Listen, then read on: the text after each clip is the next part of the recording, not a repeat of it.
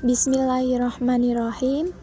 Assalamualaikum warahmatullahi wabarakatuh. Hari ini kita akan membahas tentang uji Wilcoxon-Myers Pairs. Namun sebelumnya lebih baik kita berdoa semoga materinya mudah dipahami dan apa yang kita lakukan bernilai ibadah di sisi Allah. Perkenalkan, kami dari kelompok 3 yang terdiri dari Firda Ridhotul Ummah Ababil, Rafita Dila Auliana, Rizka Nurmalia, dan Windy Tiara. Kami merupakan mahasiswa semester 6 Tadris Matematika Institut Agama Islam Negeri Kediri. Dalam video kali ini, kami akan membahas tentang teori Wilcoxon, rumus dan keterangannya, serta studi kasus dan penyelesaian. Langsung saja, penjelasan pertama mengenai teori Wilcoxon. Uji Wilcoxon merupakan teknik analisis non-parametrik untuk menguji perbedaan distribusi match populasi untuk desain pre- dan post-test. Uji Wilcoxon bertujuan untuk menguji signifikansi hipotesis dua sampel yang berhubungan bila datanya berbentuk ordinal. Uji Wilcoxon sendiri menggunakan data dengan skala ordinal. Syarat dari uji Wilcoxon ini adalah adanya data interval yang diordinalkan, satu sampel berhubungan maupun dua sampel. Selanjutnya, kita bahas mengenai rumus dan penjelasan dalam uji Wilcoxon. Jika ukuran sampel cukup besar, maka distribusi sampling akan mendekati distribusi normal dengan rata-rata standar deviasi. Sehingga variabel normal standarnya dirumuskan W sama dengan N dikali N plus 1 per 4. Di mana W adalah nilai Wilcoxon dan N adalah banyak data atau subjek. Dan sigma W sama dengan akar dari N dikali N plus 1 dikali 2N plus 1 per 24. Di mana sigma W sama dengan jumlah nilai Wilcoxon dan N tadi adalah banyak data. Selanjutnya, menentukan signifikansinya dengan rumus Z sama dengan W min sigma W per sigma W. Selanjutnya, langkah penyelesaian. Langkah-langkah penyelesaian terdiri dari 5 langkah. Yang pertama, merumuskan hipotesis. Di sini ada 2, yaitu H0 dan H1. H0 diterima ketika W hitung lebih besar dari W tabel, dan H1 diterima ketika W hitung kurang dari sama dengan W tabel. W tabel adalah data dalam daftar nilai kritis Wilcoxon dari jumlah data, sedangkan W hitung adalah nilai dari jumlah ranking terkecil. Langkah kedua, menentukan W tabel. Dalam menentukan W tabel atau ada juga yang menyebutnya dengan W kritis, di sini kita bisa menggunakan alfa atau taraf signifikan dan N. Alfa yang kita gunakan sebesar 5% atau 0,05 dan N di sini adalah banyak datanya. Cara menentukan W tabel dengan cara melihat pada tabel bagian nilai searah antara taraf signifikan dengan banyak data, ditarik garis lurus sehingga ketemu titik perpotongannya. Titik perpotongan tersebut adalah nilai W tabel. Lalu, langkah yang ketiga, menentukan W hitung. Untuk menentukan W hitung, kita perlu menyajikan data dalam bentuk tabel terlebih dahulu, baik data pretest maupun data posttest. Setelah itu, kita cari selisihnya masing-masing bernilai positif maupun negatif. Lalu, kita cari ranknya tanpa memperhatikan tandanya baik positif maupun negatif. Untuk nilai yang paling kecil, maka otomatis dia ranking 1. Setelah itu, dikelompokkan ranknya ke dalam kelompok positif maupun kelompok negatif. Untuk lebih lengkapnya, nanti kita pelajari di contoh penyelesaian studi kasus. Setelah itu, W hitung adalah nilai dari jumlah ranking terkecil. Yang keempat, penarikan kesimpulan. Jika W hitung kurang dari sama dengan W tabel, maka H0 ditolak, berarti H1 diterima. Kebalikannya, jika W hitung lebih besar dari W tabel, maka H0 diterima. Dan yang terakhir, kita lakukan uji kriteria. Di sini kita gunakan 3 rumus yang telah kita sebutkan tadi di slide sebelumnya. Untuk N-nya, kita masukkan ke rumus pencarian Wilcoxon, lalu ketemu sigma Wilcoxon, dan kita bisa mencari nilai Z-nya dan nilai P.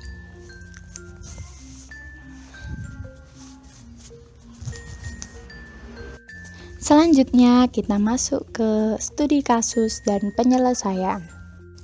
Contoh studi kasus yang kita ambil adalah peneliti ingin mengetahui apakah terdapat pengaruh penggunaan media manipulatif terhadap hasil belajar matematika pada siswa SMP kelas 7B.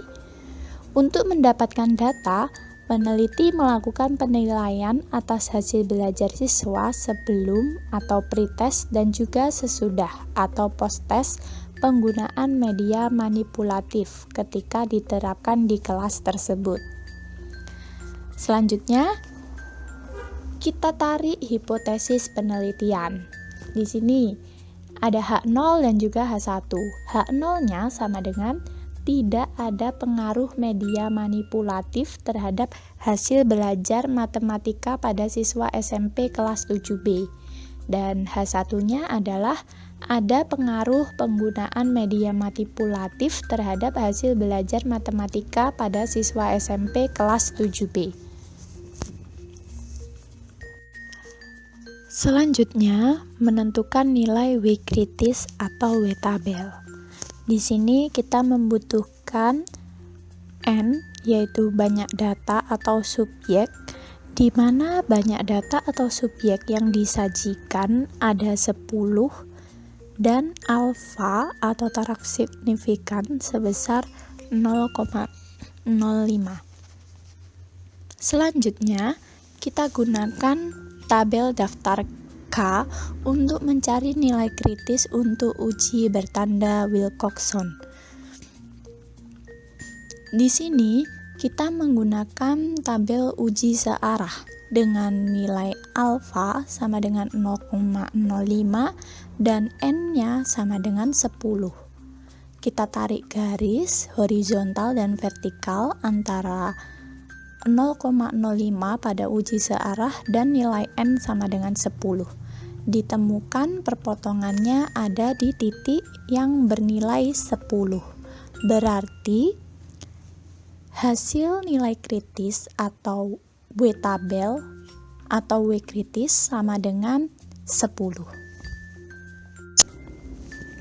Masuk ke langkah penyelesaian penentuan W hitung.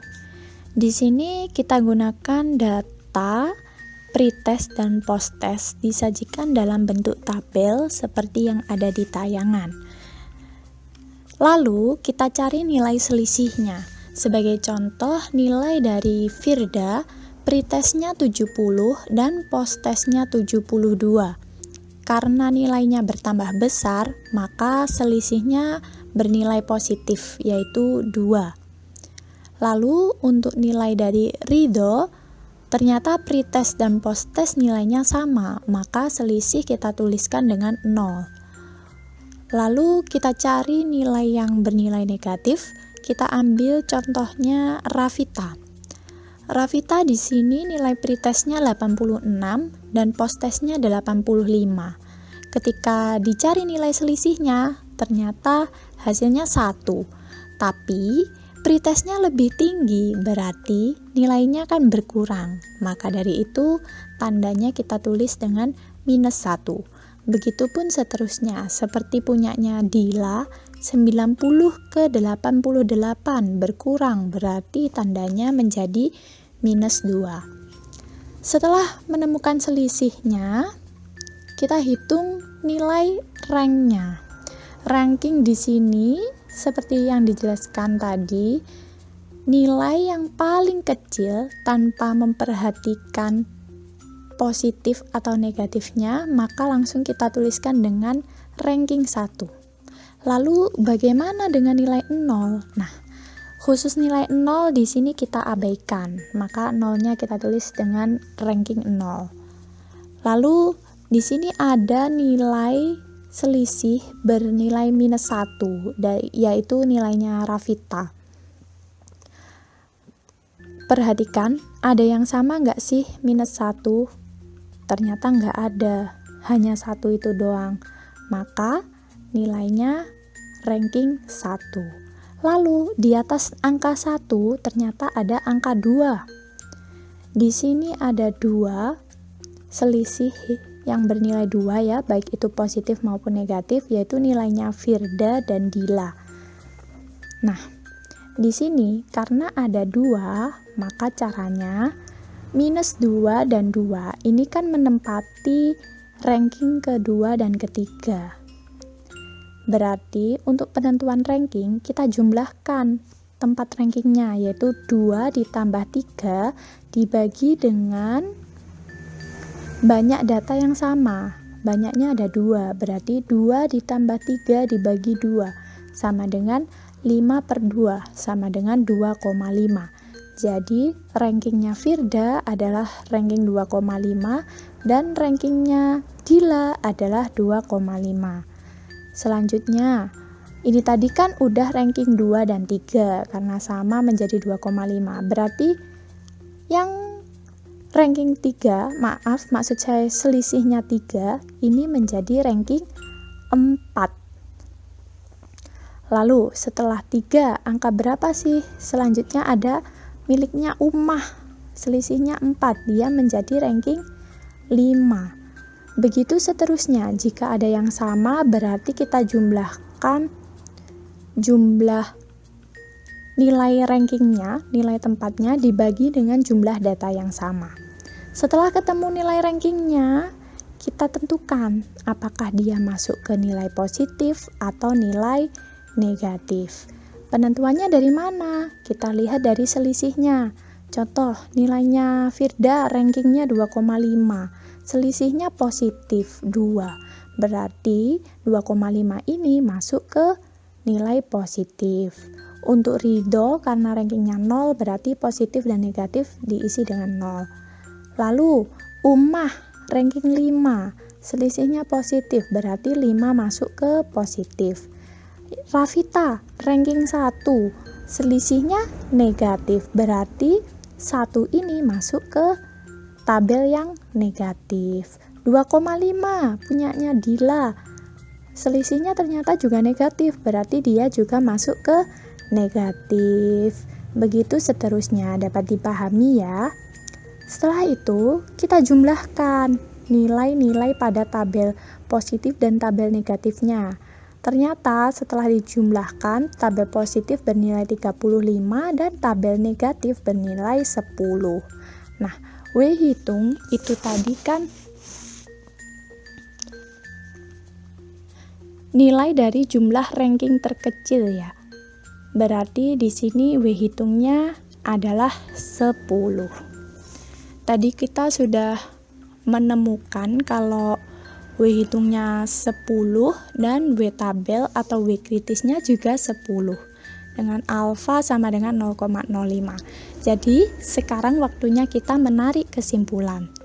Sehingga jika dilihat dari tabel nilai searah, diperoleh W hitung kurang dari sama dengan W tabel karena W hitungnya sama-sama 10. Maka H0 ditolak dan terdapat pengaruh penggunaan media manipulatif terhadap hasil belajar matematika pada siswa SMP kelas 7B. Langkah yang terakhir yaitu uji kriteria. Di sini kita perlukan nilai N-nya sama dengan 10. Kita nyari nilai Wilcoxon-nya menggunakan rumus W sama dengan N dikali N plus 1 per 4 sama dengan 10 dikali 11 per 4 sama dengan 27,5.